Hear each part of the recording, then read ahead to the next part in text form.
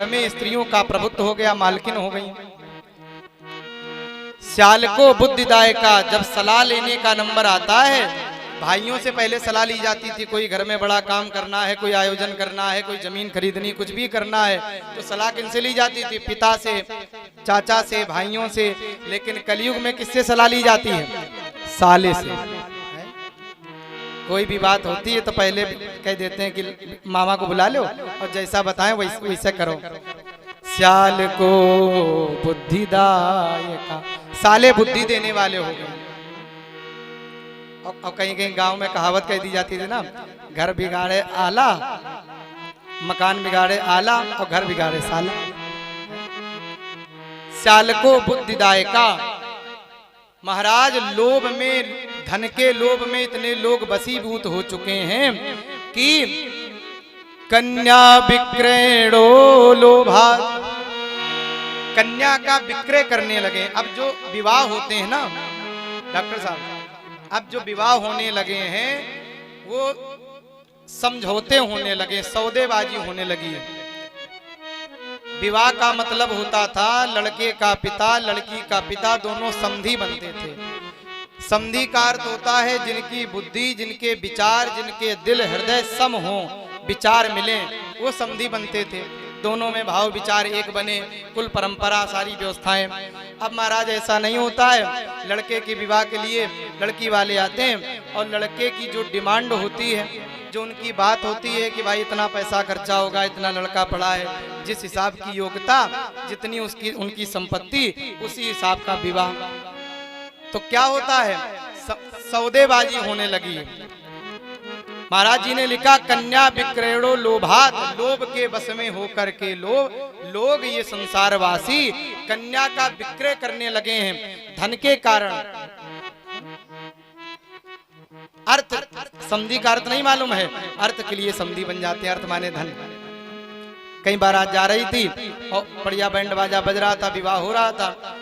किसी ने लड़के के पिता से पूछा कि भाई आप समधी बनने जा रहे हो, लड़के के पिता हो, समधी बनोगे, समधी का अर्थ मालूम है? तो उन्होंने बड़े मासूमियत से कहा कि भैया हमें समधी का अर्थ तो नहीं मालूम है, हम तो अर्थ के लिए समधी बने। बढ़िया धन मिला, बढ़िया दहेज मिला, ठीक ठाक विवाह हो रहा तो समधी बने। तो ऐसे जब परिवार बन रहे हैं, ऐसे विवाह हो रहे हैं, तो अंत में बाद में क्या होता है? दंपति नाम चकल कनम। ऐसे विवाह होते हैं तो बाद में महाराज हर घर में पति पत्नी में झगड़ा, हर घर में झगड़ा हो रहा कोई न कोई कारण से। ऐसी स्थिति नारद जी ने देखा। नारद जी को मन में बड़ा कष्ट हुआ, कहाँ जाएं, क्या करें?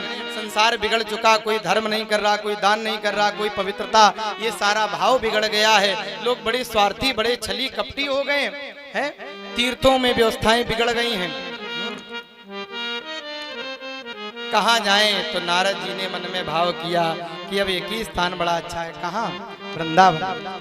अब हम वृंदावन चलें। तो वृंदावन में जहाँ भगवान कन्हैया ने लीलाएं करी, जहाँ यमुना मैया कल कल करके बह रही हैं, सारी गोपियाओं का सुंदर भाव है, गौ माता ने जहाँ विचरण किया है, गोवर्धन है, ऐसे भाव में सम्मिलित होकर के नारद जी संसार घूमते हुए, सारी दुनिया घूमते हुए कहाँ आए?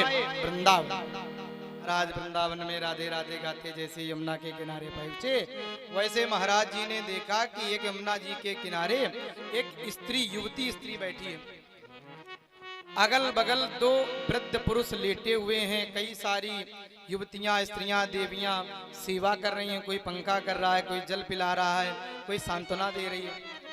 नारद जी ने देखा तो बड़ा आश्चर्य लगा। और तब तक उस देवी ने आवाज लगाई, नारद जी को बुलाया। भो भो साधु क्षणं तिष्ठ मज्जिन्तामपि नासे दर्शनं तव लोकस्य सर्वथा गेहरं परम। हे साधु, हे महात्मा, हे नारद जी, जरा ठहर जाओ, एक क्षण रुक जाओ। मेरी जो चिंता है, मेरी जो व्याधि है, जो पीड़ा है, उसे दूर किए जाओ। नारद जी ने पूछा कि देवी तुम कौन हो, क्या पीड़ा है, क्या तकलीफ है, क्या समस्या है, अपना परिचय तो बताओ। तो उस देवी ने अपना परिचय बताया कि मैं कौन हूँ। आहम भक्ति रीति ख्याता, मेरा नाम भक्ति है। और ये जो दो पुरुष लेटे हैं कौन है? इमऊ में तनयो मतौ, ये मेरे दोनों बेटे हैं, तनय हैं, पुत्र हैं। क्या नाम है? ज्ञान वैराग्य नामानो काल योगेन जर्जरो।